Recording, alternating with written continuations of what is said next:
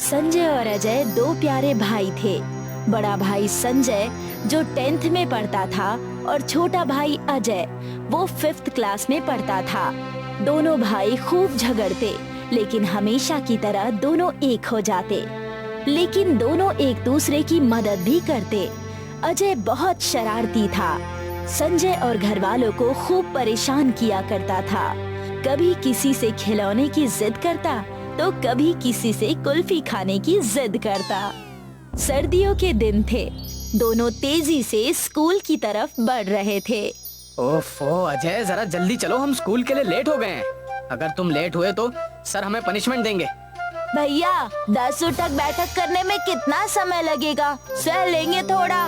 दोनों जैसे ही स्कूल पहुंचने वाले थे, उन्होंने देखा कि एक साधु को ठंड लग रही थी और अजय उन साधु की तरफ बढ़ गया और संजय से बोला, भैया वो देखिए साधु अंकल, उन्हें बहुत ठंड लग रही है, हमें उनके लिए कुछ करना चाहिए। अरे लेकिन हम करें क्या, हमारा स्कूल भी तो शुरू होने वाला है। दोनों भाई उन साधु की तरफ बढ़े और उन्होंने उनकी मदद करने की सोची।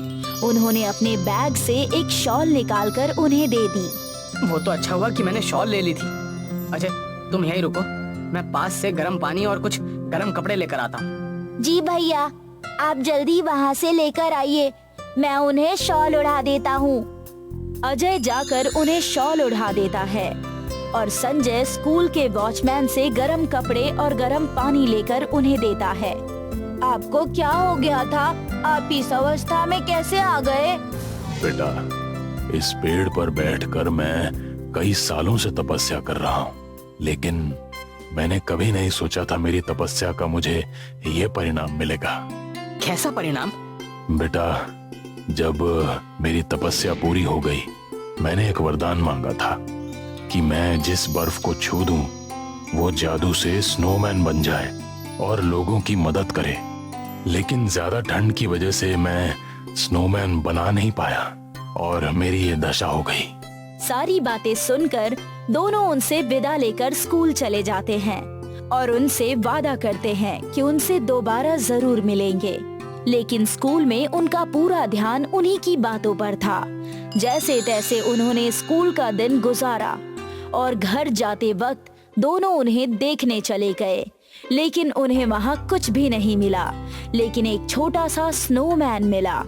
उस स्नोमैन को देखकर दोनों बहुत उत्साह से, अरे ये देखिए, यहाँ पर एक स्नोमैन रखा हुआ है, शायद उन्होंने इसे बना दिया और वो कहीं चले गए। क्यों ना हम इस स्नोमैन को घर लेकर चले और उससे अपना होमवर्क करवाए। लेकिन स्नोमैन हमारे घर में रह नहीं पाएगा, हमें उसे फ्रिज में रखना होगा। और दोनों ही खुशी खुशी उस छोटे से स्नोमैन को घर लेकर जाते हैं और उसे फ्रिज में रख देते हैं। जैसे ही उन्होंने स्नोमैन को फ्रिज में रखा, उसमें से आवाज आई, हेलो हेलो।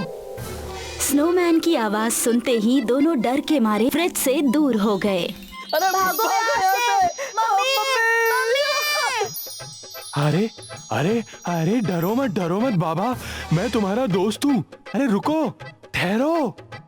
और दोनों उसकी बात सुनकर वहीं रुक जाते हैं और उससे सवाल करते हैं, तुम कौन हो और बोल कैसे रहे हो? धीरे धीरे उसके पास जाकर वो उससे बातें करने की कोशिश करते हैं। तुम बोल भी सकते हो? तुम और क्या क्या कर सकते हो? मैं सब कर सकता हूँ। बर्फ के खेल दिखा सकता हूँ, बर्फ से घर बना सकता हूँ और तुम्हें आइसक्रीम भी लाकर दे सकता हूँ। तुम उस साधु के पास कैसे गए? तब स्नोमैन उन्हें सारी कहानी बताता है। मुझे उस साधु ने बनाया है। उनके वरदान से मैं जीवित हूँ और बोल रहा हूँ, लेकिन मुझे यहाँ नहीं रहना। अगर मैं उनके पास गया तो वो मेरा गलत उपयोग भी कर सकते हैं और मैं नहीं चाहता कि मैं कुछ गलत करूं किसी के लिए भी। और स्नोमैन की बातें सुनकर दोनों ने फैसला लिया कि इस स्नोमैन को साधु को नहीं लौटाएंगे और स्नोमैन से वादा किया कि उन्हें सही सलामत और सुरक्षित उनके पास रखेंगे। और जब अगले दिन वो स्कूल जा रहे थे, तब उन्होंने उन साधु को परेशान देखा। वो कुछ ढूंढ रहे थे। जैसे ही साधु की नजर संजय और अजय पर गई, वैसे ही ये दोनों स्कूल की तरफ चलने लगे। लेकिन साधु को इन दोनों पर शक हो गया था। हो ना हो इन दोनों बच्चों ने कुछ ना कुछ छुपा के रखा है मुझसे। आज स्कूल छूटने के बाद इनका पीछा करके मुझे पता लगाना ही होगा। जैसे ही स्कूल की छुट्टी हुई, वैसे ही ये दोनों घर की तरफ जाने लगे। लेकिन साधु उनका पीछा करने लगता है और उनके पीछे पीछे जाने लगता है। साधु अपना चेहरा कंबल से ढककर उनका पीछा करने लगता है और देखते हैं कि वो दोनों अपने घर की तरफ चल रहे हैं। और वहां जाने के बाद वो उनके घर के अंदर झांक कर देखता है।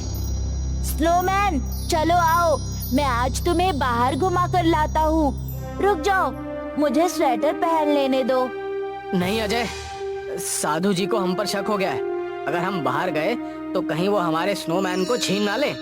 लेकिन उन्हें कैसे पता कि हम कहाँ रहते हैं? मैं घर के बाहर ले जाकर और पास से घुमाकर घर ले आऊंगा। रुको, तब मैं भी तुम्हारे साथ चलता हूँ। दोनों स्नोमैन को लेकर बाहर जाते हैं और वहाँ देखते हैं कि साधु उनका इंतजार कर रहा था। अब आए तुम दोनों पकड़ में। चलो, मुझे मेरा स्नोमैन वापस कर दो। नहीं नहीं, हम नहीं देंगे। आप इसका गलत इस्तेमाल करेंगे। हम इसे हरगिज नहीं देंगे। आप यहाँ से चले जाओ। जब साधु ने ये देखा तो उन्होंने सोचा कि ऐसे वो लोग नहीं लौटाने वाले। उन्हें उनसे स्नोमैन को छीनना ही पड़ेगा। इसी छीना झपटी में अजय के हाथ से स्नोमैन छूट जाता है और वो नीचे गिर जाता है। रुको, मुझे इस साधु से निपटने दो। ये सब मेरी वजह से हो रहा है। और स्नोमैन ने उनके ऊपर बर्फ के तूफान गिराने शुरू कर दिए। ये सब देखकर अजय और संजय की हंसी निकल पड़ी और साधु वहाँ से धोती उठाकर भाग गया। वाह स्नोमैन, वाह, मजा आ गया। अब तो वो हमारे पास कभी नहीं आएंगे। क्यों, मजा आया ना? लेकिन अब मुझे आप दोनों से विदा लेना होगा। मेरी मंजिल सिर्फ बर्फ और पहाड़ है। मुझे वहाँ जाना होगा। स्नोमैन ने उन्हें शुक्रिया अदा किया और उन्हें कई सारे गिफ्ट देकर वहाँ से चला गया।